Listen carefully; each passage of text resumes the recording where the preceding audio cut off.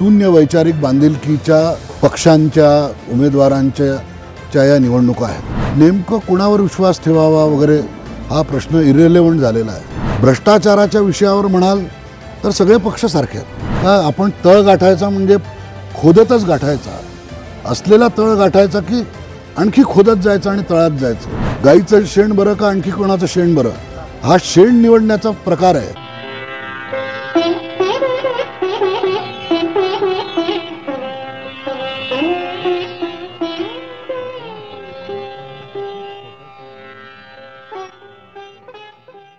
नमस्कार, मी गणेश कनाटे। मी 23 वर्ष पत्रकार होतो, काही वृत्तवाहिन्यांचा संपादकही होतो आणि इंग्रजी पत्रकारितेत 18 वर्ष काम केलं। नंतर मी सोडून कॉर्पोरेट क्षेत्रामध्ये सध्या गेली 10-12 वर्ष काम करतो आहे। या निवडणुकीचं वर्णन कसं करायचं हा जर पहिला प्रश्न असेल तर ज्याला आपण वैचारिक बांधिलकी म्हणतो ती जवळजवळ शून्य झालेली सर्व पक्षांमध्ये झाल्याची स्थिती निर्माण झाल्याचं आपल्याला दिसतं। आणि अशा शून्य वैचारिक बांधिलकीच्या पक्षांच्या उमेदवारांच्या या निवडणुका आहेत। याचं कारण असं आहे की कालपर्यंत हिंदुत्ववादी असलेला एक माणूस अचानक सेक्युलर होतो, सेक्युलर असलेला माणूस हिंदुत्ववादी होतो। या प्रकारचं सगळं इनकमिंग आउटगोईंग सारखं सगळीकडे फ्री फ्लोईंग आयोडाईज नमकसारखं चालू आहे। ही काही महाराष्ट्राच्या इतिहासातली चांगली गोष्ट नाही, हा वाईट काळ आहे। पण आता हे वास्तव आहे। या निवडणुकीमध्ये बाजू घ्यायची तर कुणाची घ्यायची हा जर मतदारांसमोरचा प्रश्न असेल तर तो कसा सोडवायचा, तर त्याला आता विचारधारा हा काही फारसा आधार राहिलेला नाही। म्हणजे हिंदुत्ववादी असलेली शिवसेना आता सेक्युलर पक्षांसोबत आहे किंवा पूर्वी सेक्युलर म्हणून घेणारे शाहू फुले आंबेडकरांचं नाव घेणारे अजितदादा आता हिंदुत्ववादी पक्षांसोबत आहे। तर या स्वरूपाचं वातावरण आपल्या अवतीभोवती असताना नेमकं कोणावर विश्वास ठेवावा वगैरे हा प्रश्न इरेलेव्हंट झालेला आहे। मला वाटतं की या निवडणुकामध्ये मतदारांच्या पुढे जो प्रश्न आहे तो हा की तुम्ही जातीय आणि धार्मिक आधारावर ध्रुवीकरण करणाऱ्या पक्षांच्या बाजूने उभे राहणार का त्यांच्या विरोधात उभे राहणार, हा कळीचा प्रश्न।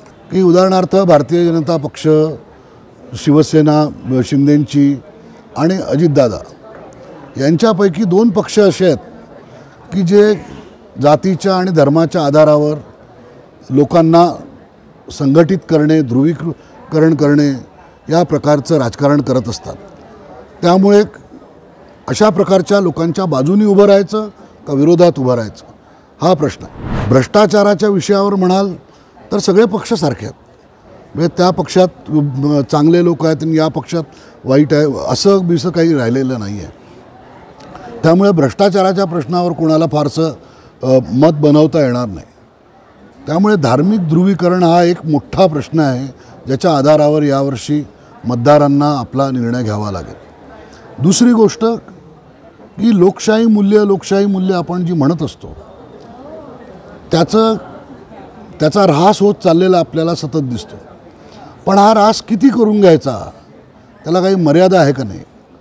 का आपण तळ गाठायचा म्हणजे खोदतच गाठायचा, असलेला तळ गाठायचा की आणखी खोदत जायचं आणि तळात जायचं, असा हा प्रश्न आहे। म्हणजे ज्या प्रकारे राजकीय पक्षांना फोडण्यात आलं, ज्या प्रकारे आमदारांना विकत घेण्यात आलं, ज्या प्रकारे न्यायालयांमध्ये हा प्रश्न पेंडिंग ठेवून ते भिजत घोंगडं, म्हणजे आता सरकार येईपर्यंत सर्वोच्च न्यायालयाचा निर्णयच होणार नाही, 2.5 वर्ष लागणार आहेत का? म्हणजे ती पूर्ण प्रक्रिया, ज्याला इंग्रजीत एक चांगला शब्द आहे कायदेशीर भाषेत, की ती इन्फ्रक्च्युअस होऊन जाईल।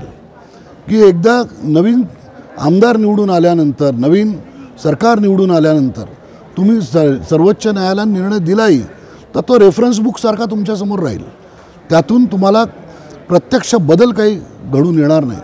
त्यामुळे उद्धव ठाकरे किंवा शरद पवार यांना काही न्याय मिळणार नाही। त्यामुळे आपल्याला या निवडणुकीमध्ये हाही विचार करावा लागणार आहे की लोकशाही मूल्यांचा ऱ्हास आपण किती खपवून घेणार आणि कुठल्या थराला तो जाईपर्यंत खपवून घेणार। हे राजकारण मुळी इतकं दूषित झालेलं आहे की दगडापेक्षा वीट असं म्हणण्यापेक्षा गाईचं शेण बरं का आणखी कोणाचं शेण बरं, हा शेण निवडण्याचा प्रकार आहे. पण ते शेण त्यातल्या त्यात कोणाचं बरं एवढं निवडावं लागणार आहे. पण ते विवेकानं निवडावं लागेल. आणि ते निवडत असताना जे आपण उघड बघतो की निवडणुका आल्या म्हणून योजना जाहीर करायच्या, लोकांना पैसे वाटायचे, लोकांना आश्वासनं द्यायचे, हे सगळे प्रकार जे आहे हे तुम्ही चालवून घेणार असाल या लोकशाहीमध्ये तर पुढच्या निवडणुका अधिक वाईट परिस्थितीमध्ये लढल्या जातील.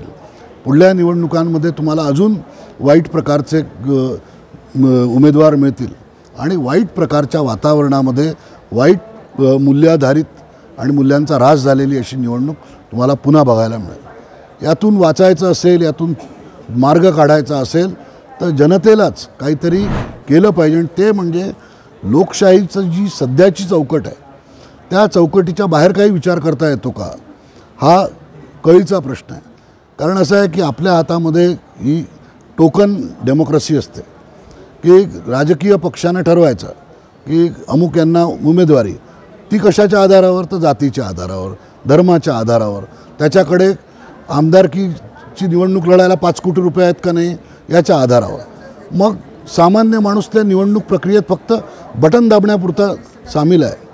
तर आपण हे बटन दाबण्याच्या प्रक्रियेत तरी काही बदल घडवून आणू शकतो का, आपण काही एक वेगळा पक्ष काढू शकतो का की जो या गोष्टी करणार नाही, जातीच्या आधारे उमेदवार देणार नाही, धर्माच्या आधारे उमेदवार देणार नाही, पैशाच्या आधारे उमेदवार देणार नाही आणि अशा उमेदवारांना लोक समर्थन देतील असं काही आपल्याला करता येईल का, काही दुसरं राजकीय मॉडेल निर्माण करता येईल का. या प्रकारच्या गोष्टींची चर्चा या निवडणुकीत आत्ता शक्य नाही, पण निवडणुकीच्या नंतर तरी किमान व्हावी अशी सदिच्छा व्यक्त करण्यापलीकडे आपल्या हाती काही नाही. पण तरीसुद्धा जाता जाता एवढंच सांगेल की काय कितीही वाईट असलं तरी पॉलिटिकल चॅलेंज हे सगळ्यात मोठं आहे आणि ते चॅलेंज जातीवादी, धर्मवादी, विभाजन करणाऱ्या, दंगली घडवणाऱ्या, हिंसाचार घडवणाऱ्या या सगळ्या पक्षांच्या विरोधात अनिच्छेने का होईना पण लोकांना उभं राहावं लागेल. एवढंच मला या प्रसंगी सांगावंसं वाटतं. धन्यवाद.